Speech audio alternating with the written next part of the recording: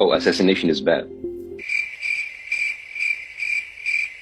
I'm at a complete loss to understand how any human being with any sense of humanity would want to be seen celebrating the murder of a 31-year-old man with his wife and 2 kids watching at the time for his opinions. I mean, it's terrible, of course. I mean, celebrate anybody's death, whether it's a 31-year-old father or babies and children in Gaza every day, where we have seen the woke left and the right are celebrating the death of children every single day and nothing happened to them. I'm a little bit confused because someone like Randy Fine, who's a congressman from Florida, who posted about going after people's jobs if they mock Charlie's death online, which is terrible, of course, like if you mock anybody's death. Who Randy Fine is, he is in Gaza, like he said, everyone in Gaza should die. Let the blood fall in Gaza. They are animals. And now he pretends to have a soul. That this kind of manufactured selective rage that confuses people. For years, we as Muslims and Arabs, we were lectured from the West about freedom of expression, freedom to offend. It's very important. Freedom to offend.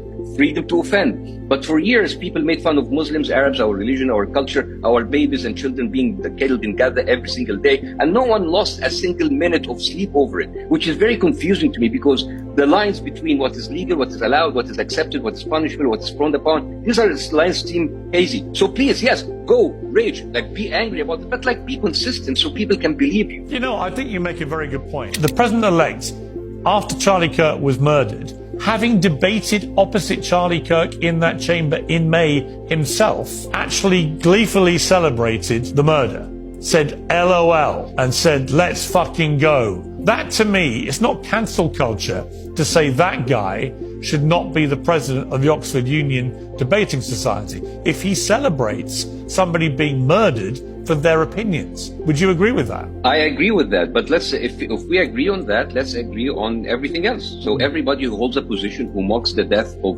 Palestinian children being killed every day in front of cameras, they should lose their job too. You understand why it's difficult for me to be on the same page with you? The reason I clarified, there are many people who believe what the IDF has been doing with civilians is murder and genocide. There are others on the pro-Israeli side who believe that they are targeting a terror group in Hamas and that innocent people will get killed in the process. Therefore, it's not murder. There's no 2 sides of genocide. There's no 2 sides of the Holocaust. There's no 2 sides. Seriously. So let's stop 2-siding it because it's becoming exhausting. I'm sorry, but like you, as a very famous and a very able and a very competent investigative reporter, I think you should actually talk about why more than half of your cabinet in the British government is financed by Israel. Why the Royal Army, the Royal Air Force are giving logistical help to Israeli planes bombing Gaza. I'm sure that there's not a single British person who would agree on that. Isn't that more important than this kind of manufactured rage? I mean, why don't you talk about like this is your tax money? Aren't you worried?